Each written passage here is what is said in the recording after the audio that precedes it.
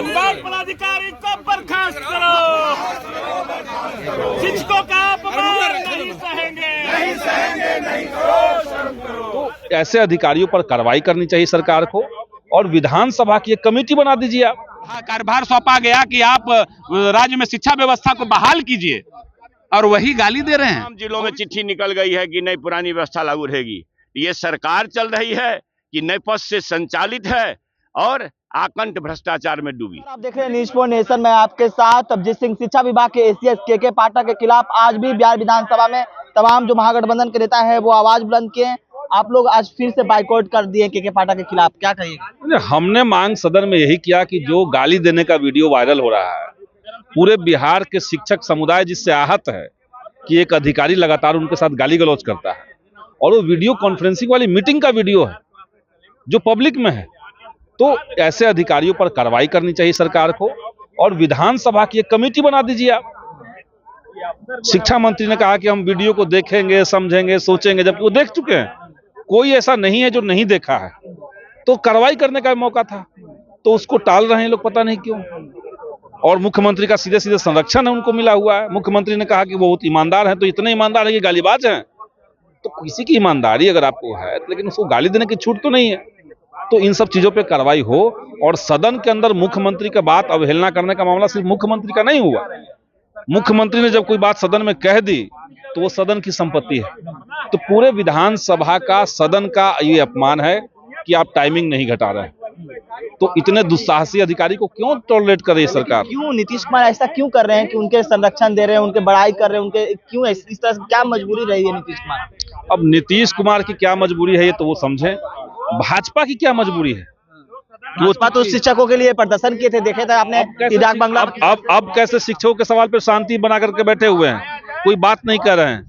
यहाँ तक कि सदन के अंदर हमने कहा कि इस मुद्दे पर चर्चा होनी चाहिए, तो स्पीकर महोदय ने एक बार भी अनुमति नहीं दिया। पूरा सदन विपक्ष वेल में रहा और आप सदन चलाए जा रहे हैं। सदन चलाने का ये भी तरीका ठीक नहीं है कि आप एड्रेस नहीं कर रहे हैं विपक्ष के, तो ये सब कर रहा है। आप लोग लगातार विपक्ष हैं जो एसीएस के पाठक के खिलाफ, तो क्या मांग कर रहे हैं? उनको हटाना चाहिए, निलंबित करना? उनको हटाना चाहिए, उन पे कार्रवाई हो, और कई तरह के मामले उन पे लंबित है। ठेका कंपनियों को जिस तरीके से बिना टेंडर का ठेका दिया गया वो भी लंबित पड़ा हुआ है। हमने विधानसभा में क्वेश्चन डाला, वो स्वीकृत हुआ, लेकिन आज तक जवाब उसका नहीं आया। तो कहां मामला है, क्या, कहां से पैसा कहां जा रहा है, इसकी भी जांच होनी चाहिए। जदयू एमएलसी भी है, कह रहे हैं कि उनको रांची नहीं तो आगरा भेज देना चाहिए क्योंकि वो मानसिक रूप से बीमार है। इस तरह के जदयू के एमएलसी हैं, एमएलए होना कोई वैल्यू है?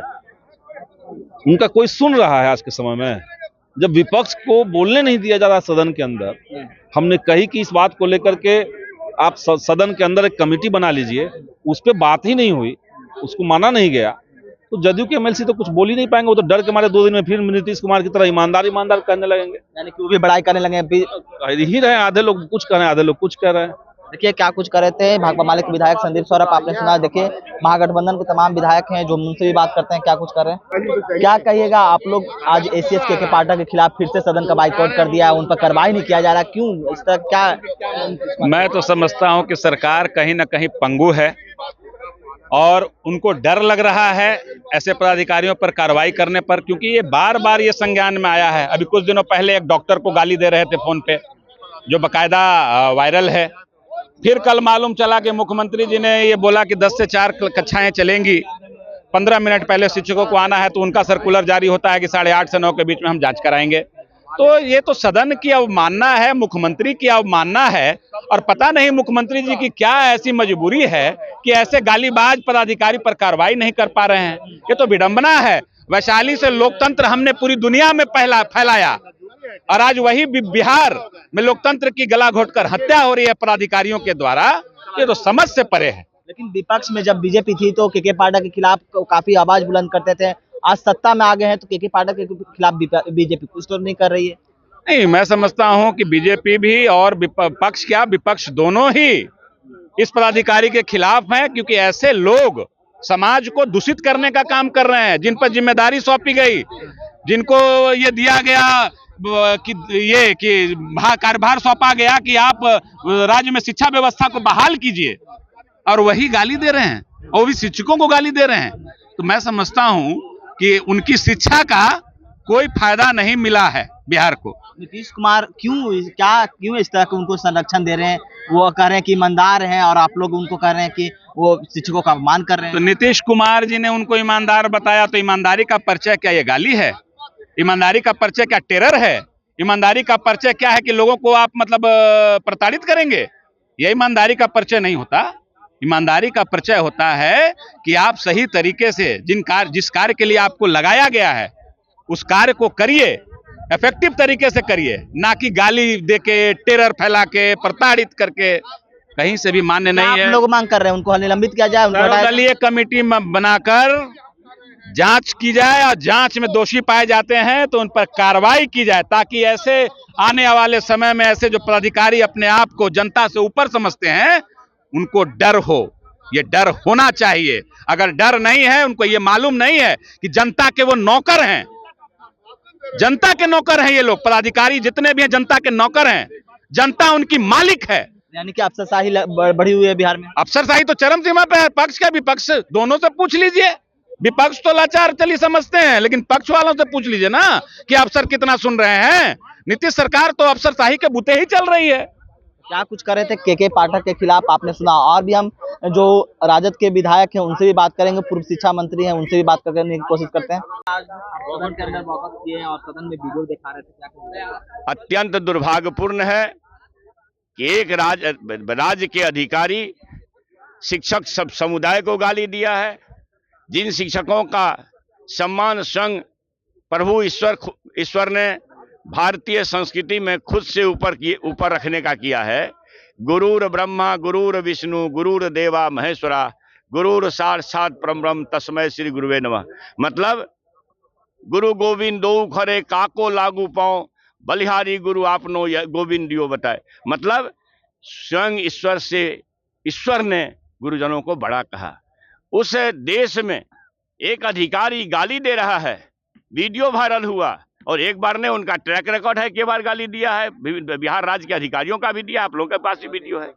और ऐसे अधिकारी को जो सरकार संपोषित करती हो, इसका मतलब राज्य के जनता के अपमान का ठेका मौजूदा सरकार ने लिया है।